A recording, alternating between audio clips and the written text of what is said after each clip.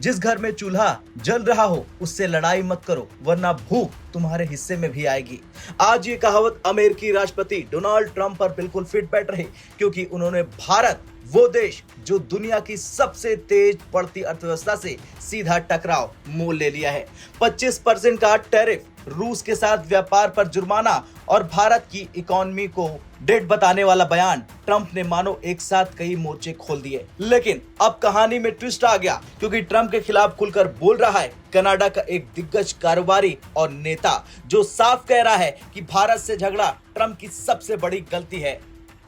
दरअसल बीते हफ्ते व्हाइट हाउस में ट्रंप ने भारत को लेकर ऐलान किया कि भारत से आने वाले हर सामान पर 25% टैरिफ, रूस से तेल और सैन्य उपकरण खरीदने पर भारी जुर्माना और अमेरिकी प्रतिबंधों की सीधी धमकी। ये कदम सिर्फ व्यापारिक नहीं बल्कि भू राजनीतिक संदेश भी था कि ट्रंप अमेरिका की इंडो पैसिफिक रणनीति को अपने अंदाज में आगे बढ़ाना चाहते हैं। लेकिन समस्या ये है कि उन्होंने इस बार अपने सबसे अहम संभावित साझेदार को ही निशाना बना दिया। नाम है भारत। जी हाँ, इसके बाद कनाडा के बिजनेस टाइकून और टेस्ट बेड के चेयरमैन किर्क लुबिमोव ने एक्स पर पोस्ट कर ट्रंप के फैसले को भू राजनीतिक भूल बताया। उन्होंने बड़े बड़े शब्दों में लिखा कि ट्रंप दुनिया की सबसे तेजी से बढ़ती अर्थव्यवस्था के साथ लड़ाई छेड़ रहे हैं, जिसके प्रधानमंत्री नरेंद्र मोदी का वैश्विक सम्मान है। इतना ही नहीं, किर्क ने ट्रंप को चेतावनी दी कि भारत ग्लोबल सप्लाई चेन में चीन के प्रभुत्व को तोड़ने की कुंजी है। अगर अमेरिका भारत से दुश्मनी मोल लेता है तो वो खुद अपनी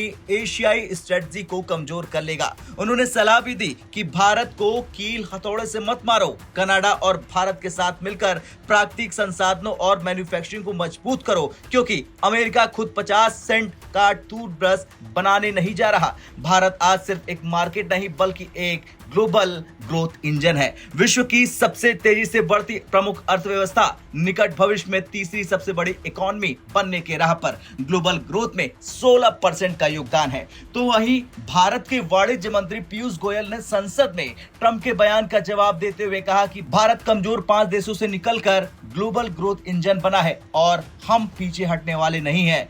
ट्रंप की सबसे बड़ी नाराजगी भारत के रूस से बढ़ते व्यापार को लेकर है। यूक्रेन युद्ध से पहले रूसी तेल आयात 1% से कम था, आज 35% से अधिक है। भारत रूस से सस्ता तेल खरीद रिफाइन कर रहा और कई देशों को बेच रहा। और यही नहीं, ट्रंप प्रशासन ने 6 भारतीय कंपनियों पर ईरानी पेट्रोकेमिकल प्रोडक्ट की खरीद बिक्री के लिए प्रतिबंध भी लगा दिया। ये सीधा संदेश था कि अगर तुम रूस या ईरान से जुड़े तो अमेरिकी को भाजन बनोगे। लेकिन भारत अब 1990 का भारत नहीं है, वो किसी के दबाव में अपनी रणनीति बदलने वाला नहीं है। भारत से टकराने के ट्रंप के कदम के कई उल्टे असर हो सकते हैं। पहला है ग्लोबल सप्लाई चेन में दिक्कत। जी हाँ, चीन के विकल्प के तौर पर भारत की अहमियत अमेरिका खो देगा। दूसरा है भारत रूस और अन्य ब्रिक्स देशों के साथ और करीब आ सकता है। तीसरा, एशिया में भारत के बिना अमेरिका की इंडो पैसिफिक रणनीति अधूरी हो जाएगी। और चौथा, जब अमेरिकी पड़ोसी तक चेतावनी दे रहे हैं तो ये संकेत है कि ट्रंप का दांव गलत है। वैसे कनाडाई बिजनेस लीडर का बयान सिर्फ एक पोस्ट नहीं बल्कि एक आर्थिक संकेत भी है। कनाडा जानता है कि भारत के साथ मिलकर रेयर अर्थ मिनरल्स, तकनीकी साझेदारी और मैन्युफैक्चरिंग में बड़ा अवसर है। चीन पर निर्भरता घटाने के लिए भारत के साथ जुड़ना दोनों के लिए